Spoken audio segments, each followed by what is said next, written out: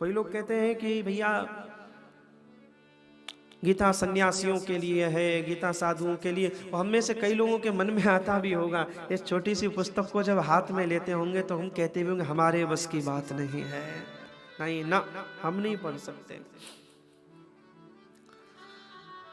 या तो किसी ने पढ़ा भी हो, कोई इसे पढ़ता भी है तो फिर पाठ की तरह, लेकिन ये बहुत बड़ा ग्रंथ है। तुम्हारे जीवन की सारी समस्या का समाधान इस ग्रंथ में है।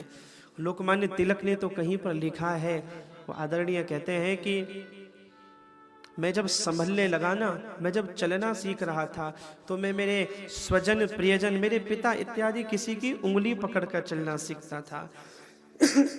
तो मुझे लगा कि उंगली पकड़ के चलूंगा तो मैं गिरूंगा नहीं, लेकिन वो तो शरीर का गिरना था। तो मैं चलते समय जब गिरने लगा तो मेरे पिता ने मेरे स्वजनों ने संभाल लिया मुझे, लेकिन जब बड़ा हुआ तब मुझे समझ आया शरीर से गिरकर तो खड़ा भी हुआ जा सकता है, लेकिन कोई मन से गिर गया तो खड़ा नहीं हुआ जा सकता। कोई विचार से गिर गया, कोई चित्त से, कोई भीतर से दरिद्र हो गया, एक बार भीतर जो गिरा वो खड़ा नहीं हो सकता। मैंने चारों ओर देखा मैं किसकी उंगली पकड़ूं, लेकिन जब मुझे नजर आया कि जिसकी उंगली पकड़ने का सोचता हूं वो भी गिरा हुआ है, ये कौन किसको आसरा देगा। किसी शायर ने कभी लिखा था, यहां इस जमाने में कौन किसके आंसू पोंछेगा, इस जमाने में कौन किसके आंसू पोंछेगा, यहां जिसको देखो उसी का दामन भीगा लगता है, सब रो रहे हैं।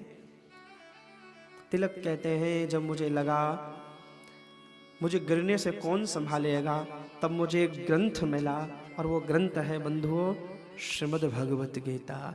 फिर वो कहते हैं फिर मैं कभी नहीं गिरा। गिरा तो शरीर गिरा था, मेरे विचार, मेरी चेतना, मेरा दर्शन, मेरे भीतर का आनंद, वो कभी ना गिरा। मैं उस परम तत्व में ही स्थिर रहा। गीता किसी हिमालय पे रहने वाले योगी के लिए नहीं है। आज की इस डिजिटल लाइफ जीने वाले को गीता की बहुत ज्यादा आवश्यकता है।